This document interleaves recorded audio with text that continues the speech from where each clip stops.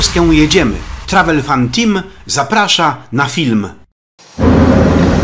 No co, kochani, rozpoczynamy kolejną trasę, już trzecią w tym sezonie. Dzisiaj za kierownicą Jola. Tak, a my jedziemy przez nasze ulubione Pałuki w kierunku nowych miejsc. Urokliwie wiodąca trasa prowadzi nas pośród pałuckich, kujawsko-pomorskich, pachnących trawą oraz ziołami łąk, a także czarnoziemistych pól obsianych zbożem oraz roślinami okopowymi, które obsypują gospodarzy obfitym plonem. Dostojne, bogate wsie cieszą oczy zadbanym obejściem, gdzie żyje się dostatnio i po gospodarsku. Właśnie wśród takich ślankowych, nizinnych, często lekko pagórkowatych terenów docieramy do miejscowości Mogilno. Posępne, lipcowe niebo nie napawa optymizmem do zwiedzania. Przemierzając Mogileński Plac Wolności podziwiamy efektowne, odnowione elewacje kamienic, pochodzących z przełomu XIX i XX wieku, zatem zbudowanych jeszcze w czasach pruskich. Część z nich posiada interesujące fasady ze zdobieniami.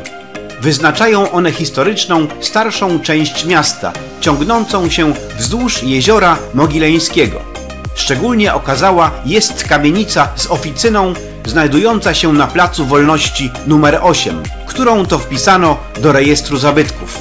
Historia miasta sięga jeszcze czasów piastowskich. Zdecydowanie zyskało na znaczeniu, kiedy to około 1040 roku Kazimierz Odnowiciel zlecił budowę klasztoru benedyktyńskiego. Przez wieki było prywatnym miastem duchownym, własnością tutejszych opatów. Zakonnicy z tutejszego klasztoru posiadali liczne dobra w regionie i byli w nim w średniowieczu główną siłą. W 1398 roku Mogilno otrzymało prawa miejskie od króla Władysława Jagiełły, który ponoć lubił to miejsce i chętnie w nim przebywał. Geograficznie miasto położone jest na terenie Pojezierza Gnieźnieńskiego, w granicach historycznej Wielkopolski. Miłe wrażenie na zwiedzających robi przylegający do jeziora tutejszy park. Piękne starodrzewie, zadbane alejki, efektowne klomby oraz leniwie snująca się kanałem rzeczka Panna dają bardzo pozytywny odbiór parku miejskiego jako miejsca wypoczynku mieszkańców miasta. W pewnej odległości od historycznego centrum, po drugiej stronie jeziora, w otoczeniu zieleni, usytuowany jest monumentalny gmach ratusza. Wybudowany w stylu eklektycznym, wzorowanym na wyglądzie zamków francuskich, oddany do użytku w roku 1890. Swoim wyglądem gmach bardziej przypomina pałac niż urząd. Szczególnie urokliwa jest fasada od strony parku, ze swoimi wieżyczkami i neogotyckimi detalami. Na uwagę zasługuje stolarka okienna i drzwiowa oraz barwne witraże. Myślę, że taka piękna oprawa musi dodawać polotu niejednej ceremonii zaślubin w tutejszym USC. Odnowiony ratusz to z pewnością jedna z wizytówek miasta. Tuż obok zobaczyć można pomnik upamiętniający powstańca wielkopolskiego, ustawiony tu w 2019 roku w stulecie tego niepodległościowego zrywu. Mówiąc o mieście, warto przypomnieć jego nazewniczą genezę. Nazwa Mogilno wywodzi się bowiem od mogiły, pamiątkowego kopczyka usytuowanego na grobie zmarłego. Po raz pierwszy pisemnie użyto jej w dokumencie z 1282 roku sygnowanym przez wtedy jeszcze księcia wielkopolskiego Przemysława II.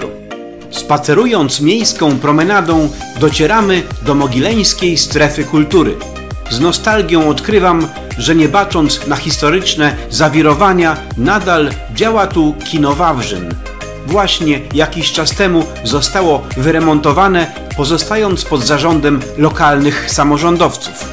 Tuż przy kinie zapoznać się można z wystawką zdjęć pokazującą dawny urok miasta za czasów pruskiego zaboru. W poszukiwaniu mogileńskich zabytków docieramy do XVIII-wiecznej dzwonnicy, stojącej nieopodal zbudowanego w 1511 roku w stylu gotyckim parafialnego kościoła świętego Jakuba Większego Apostoła. W 1937 roku obok kościoła wzniesiono grotę poświęconą Matce Boskiej z Lourdes. Ciekawostką jest, że kościół nie posiada wieży. Dzięki uprzejmości pana kościelnego udaje się nam na chwilę zwiedzić wnętrze świątyni. Prezbiterium od nawy oddziela łuk tęczowy o ostrołukowym kształcie. Najcenniejszym elementem wyposażenia kościelnego jest znajdujący się na ścianie ołtarzowej wykonany w 1511 roku krucyfiks, uważany za cudowny. Cenne są również pochodzące z tego samego okresu rzeźby Maryi oraz świętego Jana. W świątyni w 1956 roku swą mszę prymicyjną odprawił świętej pamięci kardynał Józef Glemp. Za murem kościelnym znajduje się plebania z pierwszej połowy XIX wieku. Umieszczona przy wejściu metalowa plakietka informuje, że w plebanii tej mieszkał ksiądz Piotr Wawrzyniak, wielki polski działacz społeczny, który na przełomie XIX i XX wieku pełnił funkcję proboszcza mogileńskiej parafii. Idąc dalej, ujrzymy ceglany budynek starego młyna zbożowego. Czołowym zabytkiem miasta jest klasztor pobenedyktyński z kościołem świętego Jana. Jego historia sięga XI wieku. Ufundowany został prawdopodobnie przez Kazimierza Odnowiciela. Pierwsi mnisi przybyli w tamtym czasie aż z Bawarii. Zakonnicy z klasztoru mieli duże znaczenie w chrystianizacji Wielkopolski. O znaczeniu mogileńskiego opactwa może świadczyć rok 1320, kiedy opat mogileński stał się jednym z trzech obok arcybiskupa gnieźnieńskiego oraz biskupa poznańskiego sędziów w procesie papieskim przeciw Krzyżakom w Inowrocławiu. Wielokrotnie przebudowywana budowla posiada w sobie wiele stylów architektonicznych. Pierwotny romański wygląd przypominają dwie krypty pod kościołem, a także fragment murów bocznych oraz apsyda. Z pierwszego kościoła klasztornego zachowały się do dnia dzisiejszego jedynie fundamenty, chociaż również obecny kościół powtarza w dużej mierze plan pierwotnej świątyni.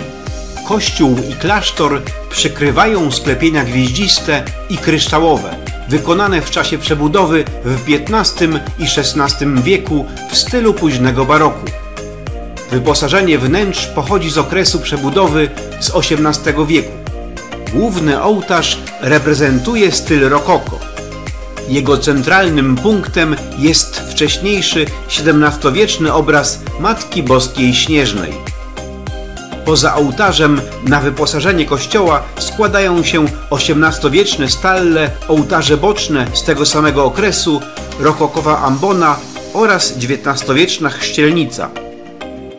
Prospekt organowy położony na chórze pochodzi z pierwszej połowy XVII wieku. Warto dodać, że pod całym kompleksem znajduje się zespół podziemi. Jedna z krypt uważana jest za drugie obok wawelskiej krypty świętego Leonarda, najbardziej zachowane w Polsce pomieszczenie podziemne z epoki romańskiej. Z klasztoru do miasta wracamy ulokowaną nad jeziorem uroczą promenadą. Prezentująca ziemię mogileńską poglądowa mapa zachęca do odwiedzin kolejnych miejsc. Zanim się tam jednak wybierzemy, wpadamy jeszcze na rynek.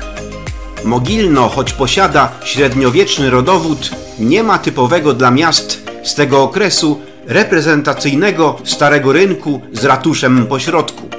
Rynek otaczają głównie XIX-wieczne kamienice. Przed naszym wzrokiem nieopatrznie umyka wpisany na listę zabytków niepozornie wyglądający dom zakonny sióstr służebniczek z połowy XIX wieku. Pięknie się prezentuje natomiast charakterystyczny gmach Poczty Polskiej wzniesiony z pruskiej cegły. W jednym z boków placu znajduje się z kolei monumentalny pomnik obrońców ziemi mogileńskiej, wybudowany po II wojnie światowej. W poszukiwaniu ciekawych miejsc docieramy do ronda przy ulicy Hallera, gdzie w stojącej nieopodal odremontowanej 170-letniej kamienicy znajduje się obecnie zakład fryzjersko-kosmetyczny Manufaktura Piękna. Podczas wędrówki po Mogilnie przy pobliskiej ulicy Marii Konopnickiej odkrywamy też dom, w którym urodził się wybitny muzykolog, specjalista do spraw polskiej muzyki dawnej, ksiądz Hieronim Feicht. Rozwój Mogilna nieodłącznie związany jest z korzystnym położeniem przy uruchomionej w 1872 roku linii kolejowej z Poznania do Bydgoszczy. Tu odnajdujemy rewitalizowany właśnie budynek dworca kolejowego z 1871 roku. Dojazd pociągiem do Mogilna jest zwykle najbardziej wygodną formą odwiedzin tego miasta.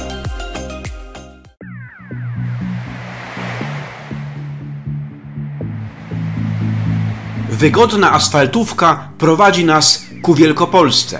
Płaskie, nizinne krajobrazy pokrywają połacie leśnych ostępów, przegrodzonych zielonymi pastwiskami oraz uprawnymi polami pełnymi dojrzewającego zboża.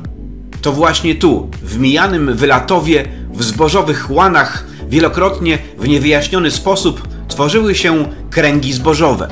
Mówi się, że być może z zakodowaną wiadomością od naszych kosmicznych braci. Prowadzący nas ku kolejnym atrakcjom regionu szlak piastowski wiedzie nas do Trzemeszna.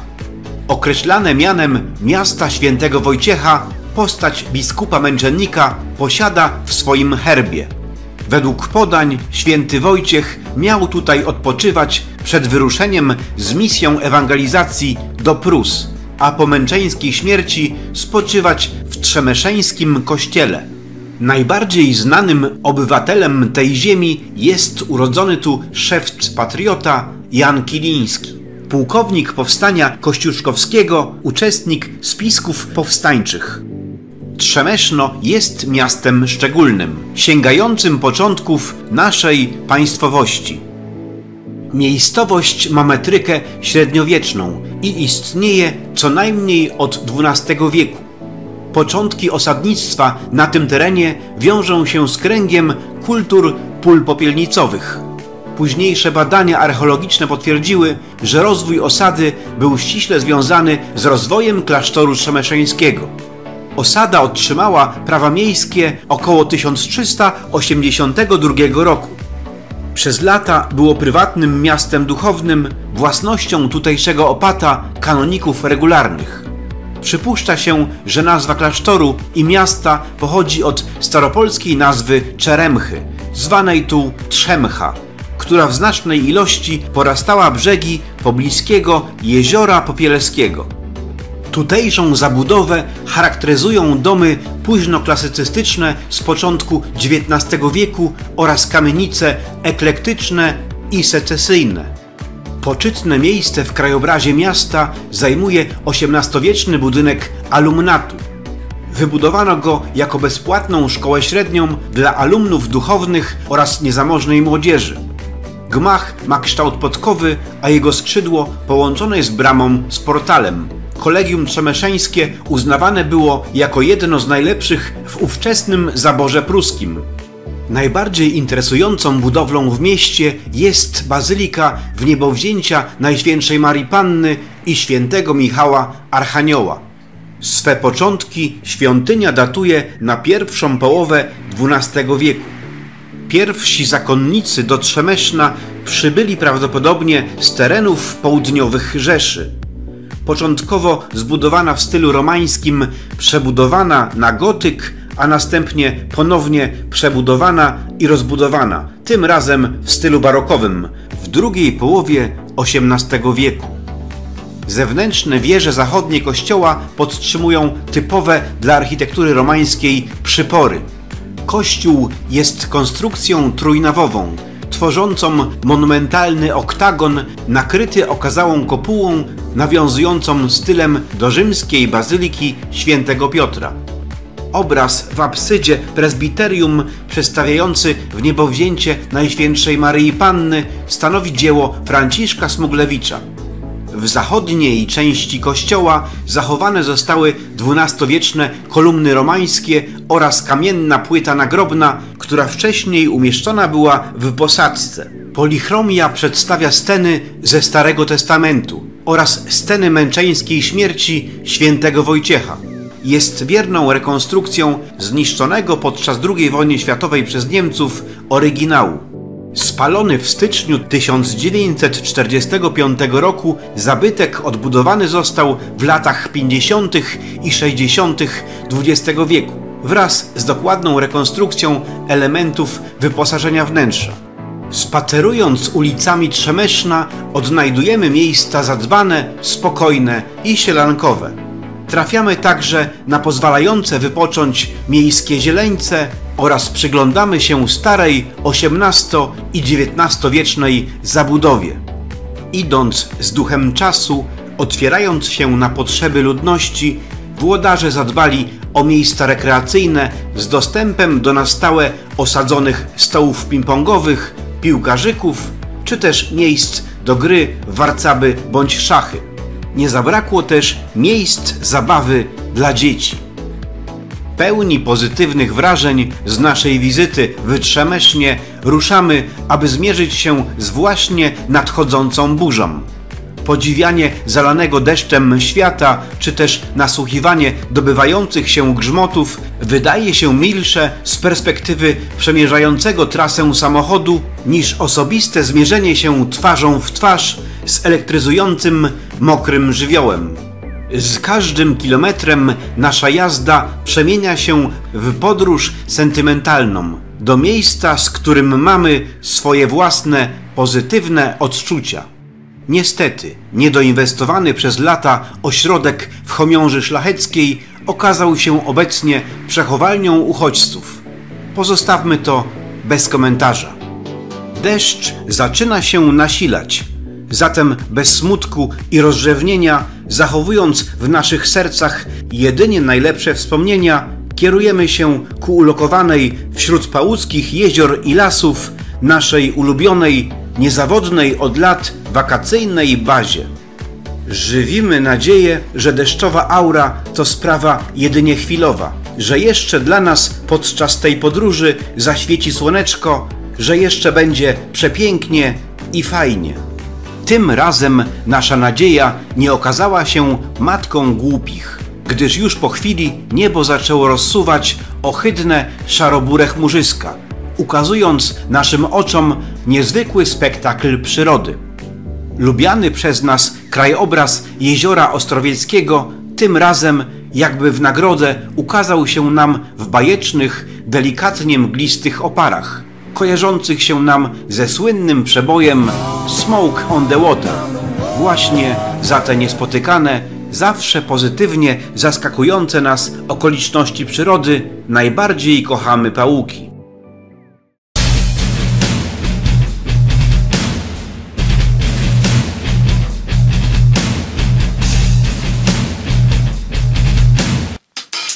Zapraszam do odwiedzin mojego kanału na YouTube travelfan.pl.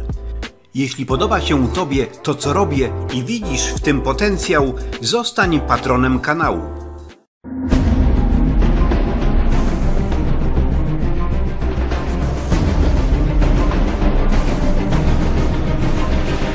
Z podróżniczym pozdrowieniem, Rafał Mazur. All rights reserved by Travel Fan.